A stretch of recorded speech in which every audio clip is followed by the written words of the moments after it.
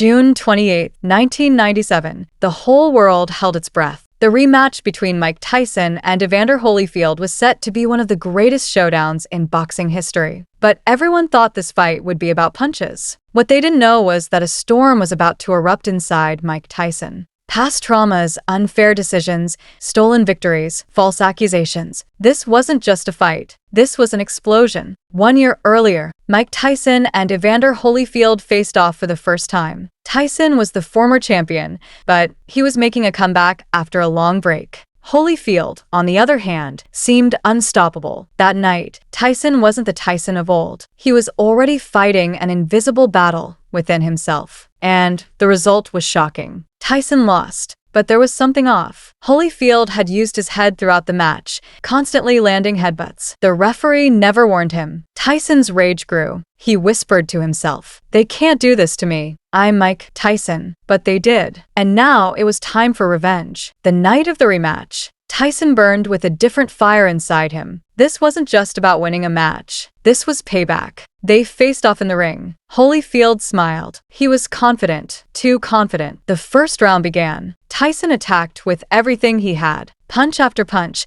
but Holyfield did the same thing again. Headbutts. The referee didn't even warn him. Something inside Tyson snapped. Again, his eyes filled with fury. Punches wouldn't be enough this time. Round 3. Everything changed. Tyson grabbed Holyfield and bit him. One of the biggest scandals in sports history had just happened. Holyfield recoiled in pain. Blood dripped from his ear. The referees stopped the fight. The crowd gasped. But Tyson didn't care. That night, he wasn't just fighting Holyfield. He was fighting the world. Because in that ring, he wasn't just a boxer. He was a man overflowing with years of pain and anger. And after that night, he would never be the same again. Tyson was disqualified. The media tore him apart. Once called Iron Mike, now they called him a monster. But no one asked why he did it. No one tried to understand the rage and helplessness inside him. That night, it wasn't just Mike Tyson who lost. Boxing lost its greatest legend, and it would never be the same again. After that night,